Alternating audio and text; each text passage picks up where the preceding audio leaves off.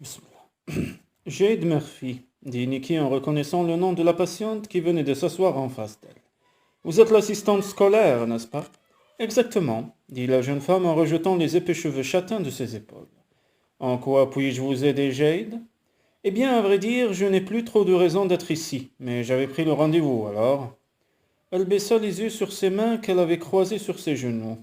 J'ai entendu parler de la réduction de votre salaire, dit Nikki pour l'inciter à se confier. La ville entière est au courant, maintenant. Cette sécheresse a un effet domino sur toute la région. Le moindre événement se répercute tout azimut. Les temps sont difficiles, oui. Liam et moi pouvons nous en rendre compte tous les jours dans notre cabinet. Mais je suis certaine que vous n'êtes pas venu ici pour bavarder des difficultés climatiques. Non. En fait, Damien et moi souhaiterions avoir un bébé. Mais à présent que je vais gagner moins d'argent, le moment s'y prête peut-être mal. Refusant de prendre position sur cette question très personnelle, Nikki opta pour une réponse diplomatique. C'est à vous de décider, bien sûr. Peut-être aviez-vous prévu de faire un check-up aujourd'hui et de vous informer sur les conditions appropriées pour être enceinte? En effet, mais je vais vous faire perdre votre temps si nous renonçons finalement à ce projet. Bien sûr que non. Et puis, de toute façon, maintenant que vous êtes ici, toutes deux échangèrent un sourire. Entendu. Alors, par où commençons-nous? Demanda Jade. Par vos antécédents. À part 2 rendez-vous pour renouveler l'ordonnance de votre pilule, vous n'avez pas souvent consulté ici. Je suis aussi passé une fois me faire vacciner contre la grippe afin de pouvoir travailler avec les enfants. Mais notre installation à Wirilda est relativement récente. Peut-être devrais-je avant tout vous donner un aperçu de la manière de préparer votre corps à la grossesse? Depuis combien de temps prenez-vous la pilule, Jade? 5 ans. J'avoue que je suis un peu inquiète sur les problèmes qui peuvent se déclarer lorsqu'on arrête. On raconte tellement de choses, dont beaucoup sont pure fantaisie. Le fait est que cette méthode contraceptive peut occasionner une carence en vitamines et en minéraux. Aussi devrons-nous vérifier que vous avez suffisamment de fer pour la simple raison que le volume sanguin augmente avec la grossesse et que l'anémie est par conséquent très courante. Je comprends. On m'a parlé aussi d'un frottis. J'ai horreur de ça. Nikki se mit à rire. Je ne pense pas que beaucoup de femmes apprécient, mais c'est malheureusement tout ce que nous avons pour l'instant comme moyen sûr de détection. Nous procéderons aussi à une analyse de sang pour nous assurer de votre immunité contre le rubéole et la varicelle. Fumez-vous, Jade? Non, je n'ai jamais touché une cigarette. C'est un bon point pour moi, je suppose. Excellent. N'hésitez pas non plus à renoncer à l'alcool et au café, ou tout du moins à en réduire la consommation. Très bien. Et pour ce qui est du régime alimentaire? Beaucoup de fruits et des légumes frais. Et il faudra prévoir un apport en acide folique environ 3 mois avant la conception. C'est très utile. Jade fronça les sourcils. Qu'est-ce que ça apporte exactement? Il réduit les risques d'anomalies spécifiques du fœtus. Je vous fournirai des brochures sur ce sujet, si vous le souhaitez. Et maintenant la question à 100 $, plaisanta Jade pour cacher une certaine timidité. Combien de temps après avoir arrêté la pilule puis-je m'attendre à être enceinte? Il existe des statistiques là-dessus. Nikki frappa quelques touches sur son clavier et se tourna vers l'écran. Voilà, 10% des couples conçoivent 1 mois après arrêt de la contraception, 60% dans les 6 mois et 90% 1 an après. Ceci dans l'hypothèse où les 2 futurs parents sont en bonne santé. Jade fronça le nez. Les chiffres rendent tout tellement inhumain, soupira-t-elle. On en oublierait presque qu'il s'agit de créer un petit être. Je vais réfléchir à tout ça et en discuter avec Damien, bien sûr. Mais si vous avez encore le temps, bien sûr, je ferai aussi bien de me débarrasser tout de suite du frottis. Quelques minutes plus tard, Nikki étiquetait la lame au nom de Jade, tandis que celle-ci se rhabillait. Ce n'était pas si terrible, n'est-ce pas? Dit-elle. J'ai connu pire, c'est vrai. Et il faut admettre que vous êtes d'une douceur exceptionnelle. Jade étant sa dernière patiente, Nikki l'a raccompagnée à la réception. Les résultats nous parviendront d'ici une semaine, dit-elle. Téléphonez-moi. Bonne chance, Jade. Merci, docteur Barrett. Je crois que nous devrions nous revoir bientôt. À mon avis, Damien choisira sans doute d'avoir cet enfant, quelles que soient les circonstances, et il aura raison. Si nous attendons les conditions idéales, l'heure de la retraite risque de sonner avant que nous ayons pris notre décision. Voilà une femme qui sait où elle va, songea Nikki, vaguement envieuse. en regardant Jade traverser la rue d'une démarche assurée.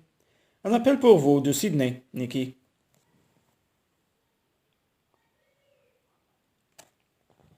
Grace avait bouché l'appareil de sa main. Un certain Simon Denison. J'ai dit que j'allais voir si vous étiez disponible. Oh, c'est bon, Grace. Sinon, Simon est un vieil ami. Je prends la communication dans mon bureau. Nicky, fatigué, dut faire un effort pour insuffler un minimum d'enthousiasme dans sa voix avant de décrocher. Simon, quelle bonne surprise. Comment va mon agent de change favori? Toujours en temps sous pression, Nicky. Et la bobologie, ça marche? Simon, un peu de respect pour la médecine, s'il te plaît. Désolé, ce sont mes éternels regrets de ne pas avoir pu t'entraîner sur la mauvaise pente de spéculation boursière qui remonte. Non, sérieux, Nicky, j'ai une proposition pour toi. Elle avait l'impression avec lui de se retrouver brusquement projetés sur une autre planète. Leur univers respectif était à des années-lumière l'un de l'autre. Ah oui, honnête, la proposition, j'espère.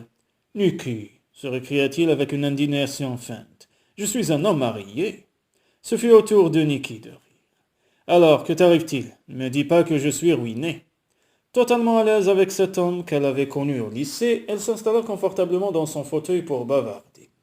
Pas de danger, tes actions Salvin Gold sont montées en flèche et je te conseille de vendre.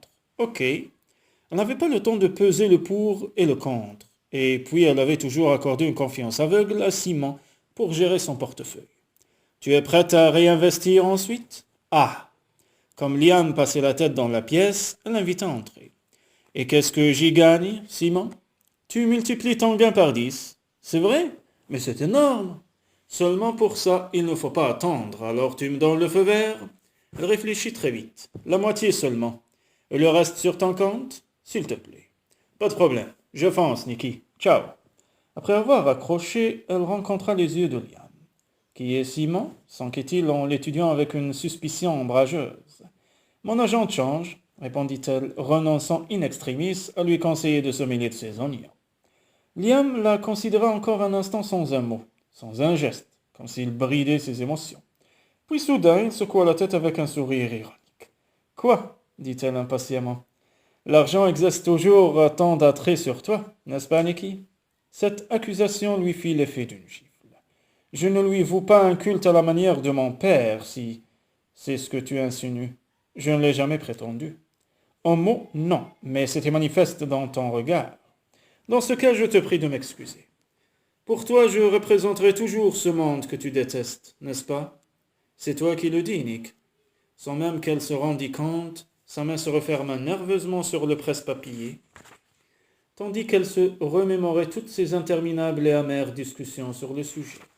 Son père, cependant, aurait totalement réprouvé les investissements financiers auxquels elle se risquait, notamment en ce qui concernait ses projets pour les orphelins de certains pays d'Afrique.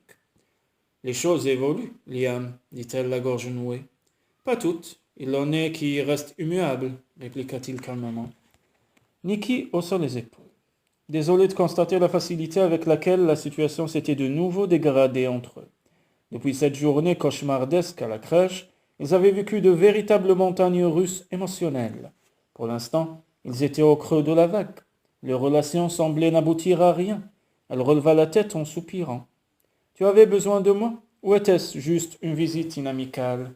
Il choisit d'ignorer la pique. « Je voulais t'informer que notre pasteur itinérant, Fergal Kennedy, est en ville pour 2 jours. Il profite de ses séjours occasionnels pour officier à Saint-Joseph. Se rendre dans les écoles, baptiser, conseiller, ce genre de choses. Une sorte de missionnaire, autrement dit, si tu veux. Mais Fergal est un type bien. Et en quoi suis-je concerné? » Liam serra les dents, atterré par l'expression fermée de Nick. « Oh, bon sang, comment réparer les pots cassés maintenant? Chaque fois qu'il se résolvait à lui ouvrir son cœur, sa langue paraissait subitement lestée de plomb. Je lui ai offert un lit pour les 2 nuits qu'il restera ici. Le pub n'est pas très approprié pour lui. Et qu'attends-tu de moi? Une autorisation? Tu es chez toi, Liam, et donc libre de recevoir qui tu veux, ajouta-t-elle avec un petit rire sarcastique. Même une ex-épouse. Liam sentit la moutarde lui monter au nez. C'était une simple courtoisie de ma part. Fais ce que tu veux, dit-elle sèchement. Liam se leva furieux contre lui et contre elle de la tournure qu'avait pris cet entretien. Ça ne posera pas de problème, rassure-toi, précisa-t-il néanmoins. Fergal est d'une nature très simple. Il proposera sûrement de préparer le dîner, c'est vraiment un type bien. Tu te répètes? Liam rouvrait la porte avec brusquerie pour sortir quand il faillit bousculer Grace qui arrivait. Vous êtes là tous les deux? Ça tombe bien, dit-elle. Un appel urgent de Leslie Manderson à la boulangerie. Que se passe-t-il? Demanda Liam. Le grand-père de Terry, Tom, est chez eux actuellement. Il s'est gravement blessé en cherchant à réparer une machine. Leslie est un paniqué. D'après elle, il y a du sang partout et Terry n'est pas là. Liam se tourna vers Nicky. Tu veux venir? Leslie aura peut-être besoin d'une présence apaisante. Je te suis, dit-elle, toute hostilité oubliée, en attrapant sa mallette. J'appelle une ambulance? Demanda Grace. Il vaut mieux, oui, répondit Liam. D'accord. Oh, Leslie a fermé la boutique et vous devrez entrer par derrière, ajouta-t-elle comme tous deux s'élançaient déjà dehors. La boulangerie n'était qu'un bloc du cabinet et ils s'y rendirent à pied. 2 minutes plus tard, ils étaient sur place. Oh Dieu merci, vous êtes déjà là, s'écria Leslie Manderson qui les accueillit à la porte. Où est-il? S'enquit Liam en entrant dans la boutique. Dans l'annexe. Il essayait de réparer notre vieille machine à trancher le pain, et les lames sont redoutables. Il s'est coupé entre le pouce et l'index. Je ne savais même pas qu'il était là. Terry lui a répété des centaines de fois qu'il ne devait pas toucher à ces appareils. Le vieux monsieur était assis par terre, adossé au mur, et tenait sa main enveloppée dans une serviette contre son cœur. Très pâle, il était visiblement en état de choc. J'ai tout sali, marmonna-t-il piteusement. Liam, qui s'était accroupi devant lui, releva les yeux vers Leslie. Est-il sous traitement en ce moment? Oui, il a eu une crise cardiaque il y a quelques années. Il prend de la haut-flûte. Voir quelque chose?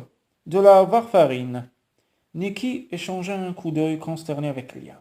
C'était bien leur chance. Le remède était un anticoagulant. Rapidement, elle ouvrit sa mallette, la blessure exigeait un bandage compressif, et vite s'il ne voulait pas que Tom se vide de son sang. Tout va bien, monsieur Manderson, dit Liam, rassurant. Je vais juste vous mettre ce masque à oxygène sur le visage, cela vous détendra. Respirez bien, voilà. À présent, voyons cette coupure. Tant bien que mal, il parvint à interrompre l'hémorragie assez longtemps pour se rendre compte de la gravité de la plaie. Il fronça les sourcils. Elle était déchiquetée. Pas belle du tout. Sauf erreur, les tissus et les nerfs étaient profondément atteints. J'ai besoin de pression, Nicky. Je peux vous aider? Proposa anxieusement Leslie en se tordant les mains. Pourriez-vous nous trouver quelque chose qui maintiendrait une attelle, s'il vous plaît? Répondit Nicky en commençant le bandage. Je peux déchirer un vieux drap? J'en ai pour un instant, nous habitons au-dessus.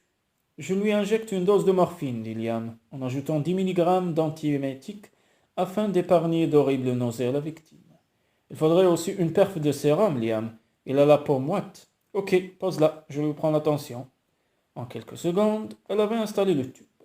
8,5, 6, annonça Liam, inquiet. Il nous faut de l'hémacelle. Que fait l'ambulance, bon sang?